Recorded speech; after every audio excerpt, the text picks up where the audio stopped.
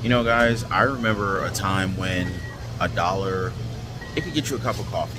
You know, a dollar would actually go somewhere. But nowadays, with inflation, a dollar just doesn't go anywhere. In fact, one cup of coffee will cost you how much? $8. $8. $8, guys. $8. Now, I want you guys to take a look at some of these items here. All right. Now, I want you to notice, look at these salads here. Great, attractive salads. This is a chicken Caesar salad. Guess how much? It is $14.99. There's not that much chicken there. There's some boiled eggs, lettuce. I'm not really sure what kind of cheese this is. But, you know, it's a good looking salad. Here we have another salad with ham slices, turkey, tomatoes. Hopefully it's all organic and non-GMO. I'm not really sure. But it's also $14.99. Now, if you really wanted to save some money, you could get one of these fruit cups. These fruit cups are actually $8. So if you wanted to be economic, you could actually save some money there. Please don't even ask me how much these muffins are. Okay, I'll tell you. They're $6 each for one muffin. Chocolate chip muffins. And again, I don't know if they're GMO, non-GMO, or whatnot, but they're usually pretty fresh. So needless to say, guys, things have gotten a little bit out of control in terms of prices and expenses, inflation, and these are the things that we're dealing with on a regular basis. And that's not all, folks. And, well, it's not just the lower income and the middle class folks being destroyed by inflation and the looming recession. Banks are getting scared. Banks are getting more conservative, and it doesn't matter if you bank at Bank of America, Chase, Wells Fargo, E-Trade, really doesn't matter, folks. They're all seeing it. In fact, even the higher income earners are looking at less expensive places to live. They're looking to reduce their cost of living, and this is they're looking for savings, whether it's real estate, you know, the cost of living in your apartment or your single family residence. They're also looking to save money on taxes. High income earners could easily save 40% of their salary simply from moving from some of the more expensive states such as California, New York, and move over to states like Texas. Texas has a much lower cost of living. The state income taxes, you get a huge break there compared to the taxes you would be paying in other states such as New York and California.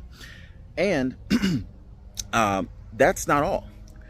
We are looking at significant tax rate differences between, and when you look at how much money Americans are making in very expensive cities like New York and San Francisco, it becomes a no-brainer why there's so many Americans moving from these very, very expensive states with super high costs of living, and they're moving over to cities like Austin within the state of Texas. And they've actually found that New Yorkers on salaries earning between $150,000 a year and $650,000 per year in income could actually save as much as 43% simply by moving from their current state into the city of Austin, for example. And we've already talked about how many people who are earning well over $100,000 per year. We're talking about incomes and salaries of, you know, $100,000 to $150,000 a year, depending upon the city that you live in, and of course your lifestyle and all that.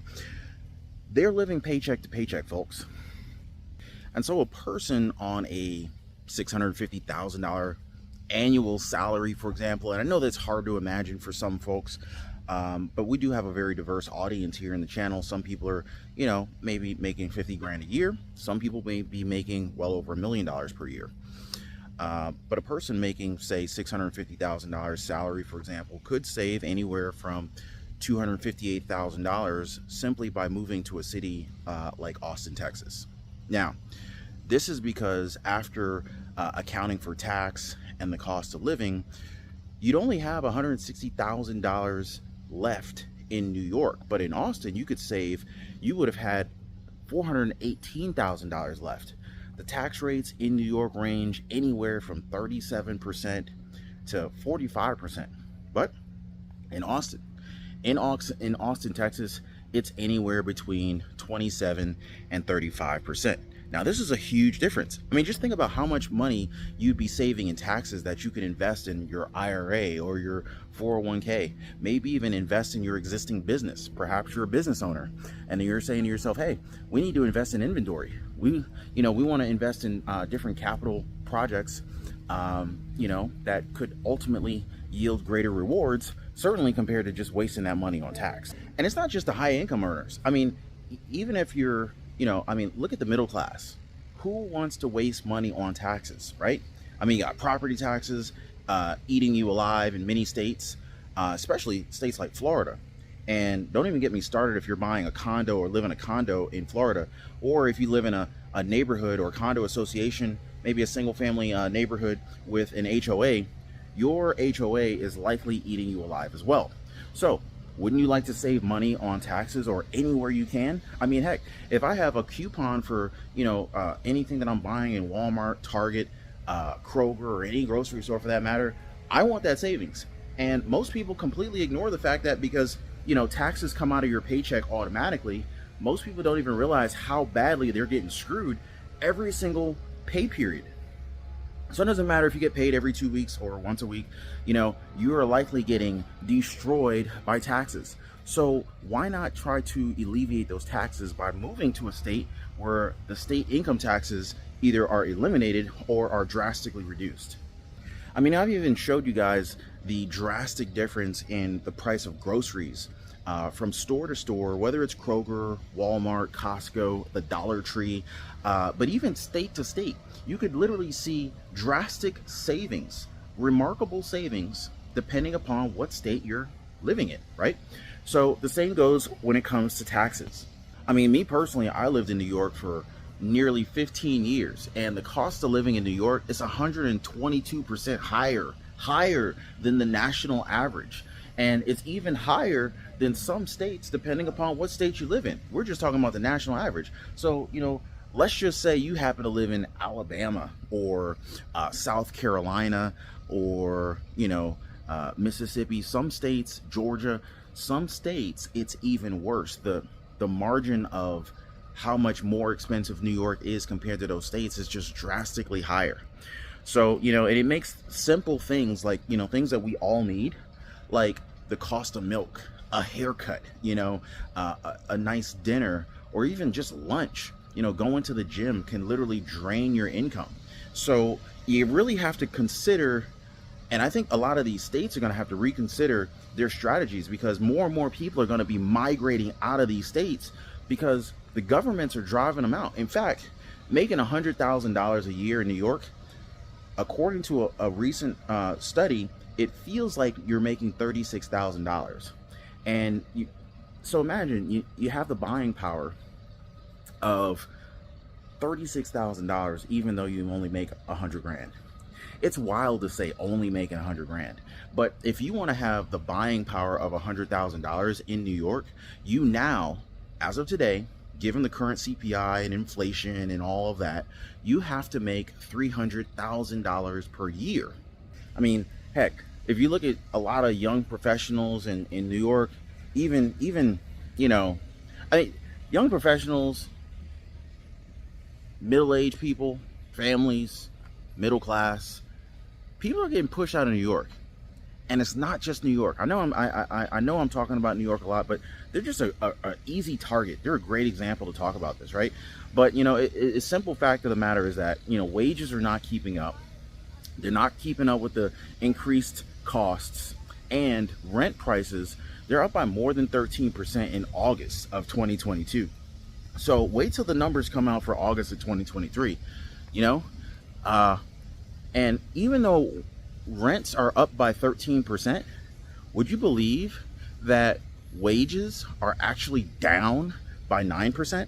In fact, the National Rent Report in June ranked New York top for the highest cost for a one-bedroom apartment.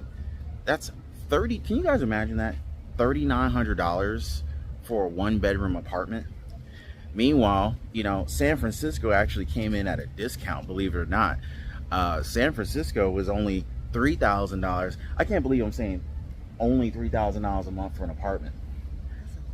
For a freaking 1-bedroom apartment. Comment down below if you would ever even consider spending $3,000 a month for a 1-bedroom apartment. But I guess, you know, depending upon where you live, maybe $3,000 a month, yeah, it might even be a discount for you. I mean, but just think about it. You live in a city like New York, where the average rent cost is, let's just say, $3,900 a month, right? But you say to yourself, hey, you know, all I do is work my 9 to 5 and spend all of my time at work, and I'm wasting all of this money on living expenses, cost of living, right? Maybe we say to ourselves, hey, you know, maybe you're married, I don't know if you're single, you have kids, you know, you have to think to yourself, well, what kind of life do you want to live? What kind of life do you want to offer yourself, right? And then all of this money that's going toward your cost of living, that means you can't invest in your retirement. You are unable to invest as much money into, you know, your 401k or your IRA. You know, you can't buy your favorite index funds and ETFs to the extent that you would, because so much money is going toward your cost of living, your rent. And we all know that Social Security is not going to be there to catch us and to provide us with that passive income that we need during the years that we decide, hey, we're done working and we're going to retire. And even with the COLA, the cost of living increase for 2023, we know that this is nothing but a joke. Why? Because even though the cost of living increase was the highest increase that we've seen in God knows how long, it certainly still did not keep up with the rising cost of groceries, gas, rent increases, mortgage rate increases. It's just unbelievable, folks. Appreciate it. And so think about it. If you're spending $3,900 a month, just quick math, right? Let's just say you're spending $3,900 a month for rent. If you were to move to, let's just say, and it doesn't have to be Austin, Texas, it could be somewhere, and it's wild because Florida used to be one of those places where you could move to and you could lower your cost of living in most cases. But I think for the most part, you know, if you live in San Francisco or if you live in New York, if you move to certain parts of Florida, you're still going to save money because the cost of living is less, and there's also no state income taxes in Florida. But the simple fact of the matter is that if you can move to a place where your cost of living is significantly less and you can maintain that same level of income that you're earning, and especially now with so many different companies allowing you to work from home, remote work is a great option, it's a great possibility, then you could literally lower your rent from, say, $3,900 a month to maybe you can lower it to, say, $1,900 a month, depending upon where you live. Now that's an extra $2,000 per month that you can use to invest in whatever you want to invest in. I mean, heck, that's another mortgage payment depending upon where you live. So you could be using that extra $2,000 per month to invest in real estate. You can invest in more money into your ETFs, index funds, mutual funds, or even retirement accounts. But you got to remember, you know, any money that is spent is money that cannot be invested. And so that is why it's so critical, it's so crucial to make sure that you live in a very cost-effective environment. And this, my friends, is why a lot of people are being completely forced out